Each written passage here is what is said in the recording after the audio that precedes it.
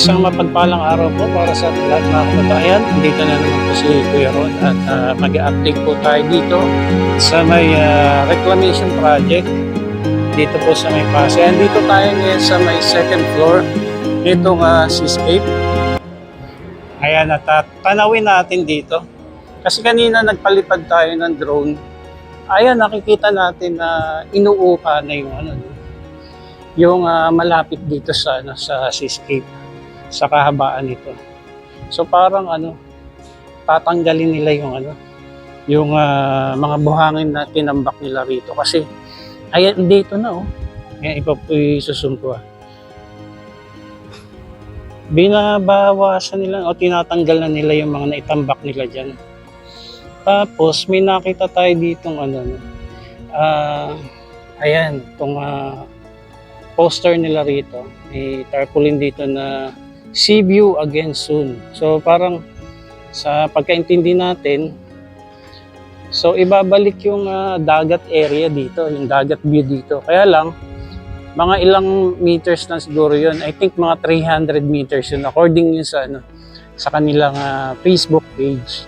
So tinambakan itong dagat na ito, tapos ngayon tinatanggal po ulit para mabigyan po ng seaside view itong mga establishment na naririto. Katulad po nitong Seascape, itong Lime Hotel, at dito naman meron ditong Sofitel, Philippine Plaza, tas Coconut Palace, no? So maibabalik yung dagat view o sea view dito po sa may mga establishment po rito. Mamaya baba po tayo dyan. So masarap pong kumain dito.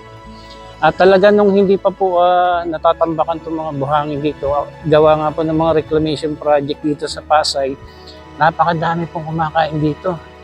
Tapos sa gabi may live band dito. Kung kayo magagawi rito at saka maganda yung mga lights nila rito. Especially kapag papalubog yung araw. Ang ganda ng view dito, especially nung wala pa yung mga tambak dito. At ngayon nga ay nakita po natin na nakalagay dyan sa tarpaulin nila, we will return soon. So kung maibalik man yung dagat view nila o sea view dito, pero hindi na ganun kalawak. I think mga 300 meters yun.